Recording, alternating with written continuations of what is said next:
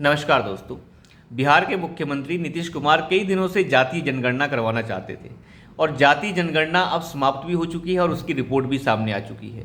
जातीय जनगणना के माध्यम से नीतीश कुमार राजनीतिक फायदा उठाना चाह रहे थे, लेकिन राजनीतिक फायदा उठाना तो बहुत दूर की बात है, उन्होंने अपने हाथ जला लिए हैं ये जातीय जनगणना करवाकर। जातीय जनगणना की रिपोर्ट जो है पब्लिक हो चुकी है और जातीय जनगणना की रिपोर्ट के हिसाब से पिछड़ा वर्ग जो है उसमें सबसे बड़ी हिस्सेदारी यादवों की है और उसके बाद सबसे बड़ी हिस्सेदारी है कुशवाहा समाज की 4% के आसपास। इसमें यादवों की हिस्सेदारी लगभग 14-15% है और कुशवाहा की हिस्सेदारी लगभग 4% के आसपास है। अब कुशवाहा समाज की हिस्सेदारी जो 4% है उसे मानने के लिए नीतीश कुमार कभी तैयार नहीं होते थे। वो कहते थे कि यादवों के बाद पिछड़ा वर्ग में सबसे बड़ी हिस्सेदारी जो है वो कुर्मी समाज की है, जिस समाज से वो आते हैं।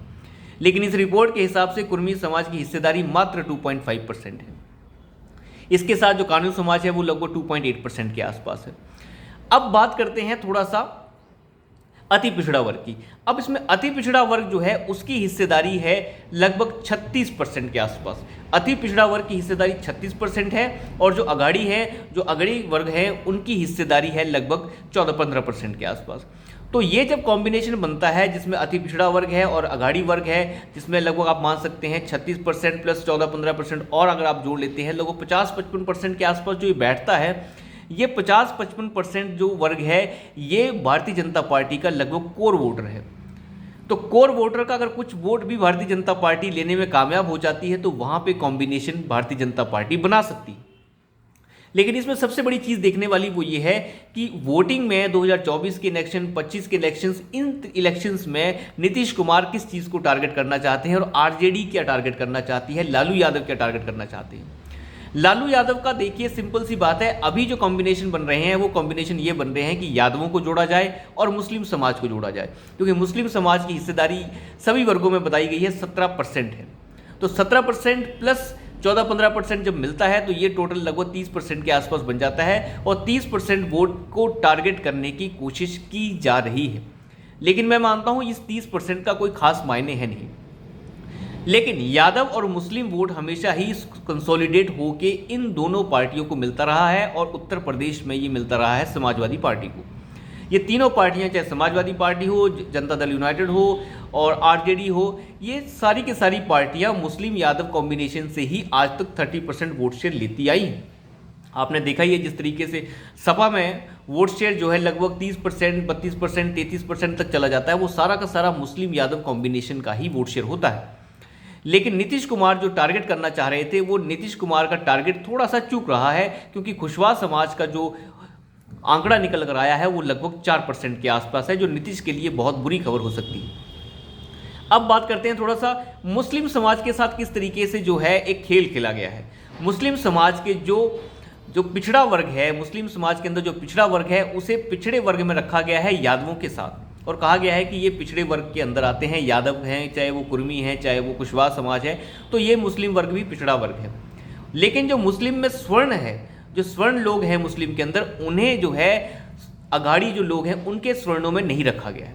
यानी कि हिंदू जो स्वर्ण है उनके कैटेगरी के अंदर मुस्लिम स्वर्ण को ना रखकर कॉम्बिनेशन बनाया गया है पिछड़ा मुस्लिम और मुस्लिम का।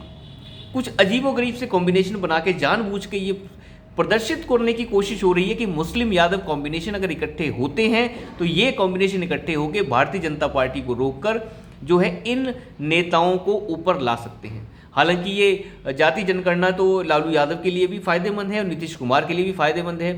ये बात अलग है कि नीतीश कुमार कुशवाहा समाज से काफ़ी दूरी बनाए हुए हैं कई दिनों से, लेकिन भारतीय जनता पार्टी इसमें सबसे ज़्यादा एज लेती हुई दिख रही है, क्योंकि भारतीय जनता पार्टी जिस तरीके की राजनीति अभी बिहार में कर रही है वहाँ वो कुशवाहा समाज को टारगेट कर रही है जो 4% है और साथ ही साथ अति पिछड़ा वर्ग, जो अति पिछड़ा वर्ग इस वक्त पूरी तरीके से जो है भारतीय जनता पार्टी के साथ जुड़ा हुआ है। हालांकि कुछ वोट जरूरी नहीं है कि अति पिछड़ा वर्ग के सारे वोट मिल जाए, लेकिन अति पिछड़ा और अगाड़ी वर्ग ये दोनों के दोनों भारतीय जनता पार्टी से जुड़े हुए हैं।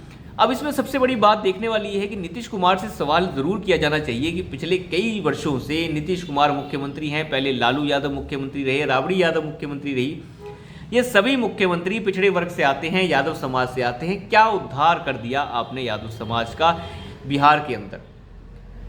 ऐसा क्या कर दिया आपने पिछड़ों के नेता होने के बावजूद कि आप किसी का जो है विकास नहीं करवा पाए?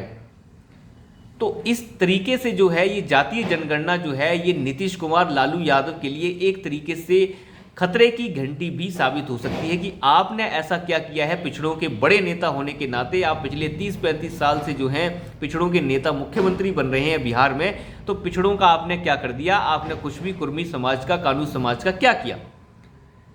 आप अति पिछड़ा की तो बात ही छोड़ दीजिए, आपने अति पिछड़ा के लिए क्या किया है वो तो सबको पता है। तो अति पिछड़ा वर्ग इसमें बीजेपी के लिए एक सबसे बेहतरीन और स्वर्ण वोट जो है साबित हो सकता है, और एक तरीके से भारतीय जनता पार्टी को वहाँ की विधानसभा में ये कुछ बेहतरी की तरफ ले जा सकता है, क्योंकि मुस्लिम यादव कॉम्बिनेशन होना है वो तो तय है।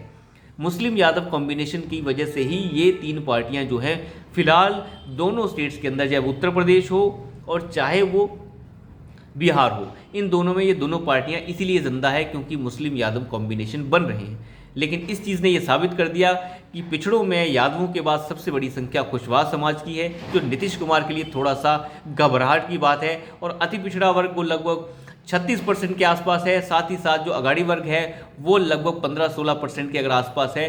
तो ये बीजेपी के लिए एक बेहतरीन संदेश भी है। और हालांकि प्रधानमंत्री मोदी ये साफ कर चुके हैं कि अभी भी ये लोग जो हैं जातीय जनगणना जैसी चीज़ें करवा के लोगों को अभी भी जो है जात में ही बांट रहे हैं, और कहते क्या है कि भारतीय जनता पार्टी लोगों को बांटती है और खुद जातीय जनगणना करवाई जा रही है, जिसने मुस्लिम को एक ही कैटेगरी में रखा जा रहा है। जो पिछड़ा मुस्लिम है उसे पिछड़े की कैटेगरी में डाल दिया, लेकिन जो स्वर्ण मुस्लिम है उसे स्वर्ण हिंदू, जो अघाड़ी हिंदू है उसके अंदर शामिल नहीं किया गया। जानबूझ के खेल खेले जा रहे हैं। खैर, इन चीज़ों से क्या फ़र्क पड़ने वाला है वो तो बहुत जल्द दिख जाएगा, लेकिन मैं मानता हूँ ये टोने टोटके के सिवाय और कुछ नहीं है। तो अभी के लिए इतना ही, धन्यवाद।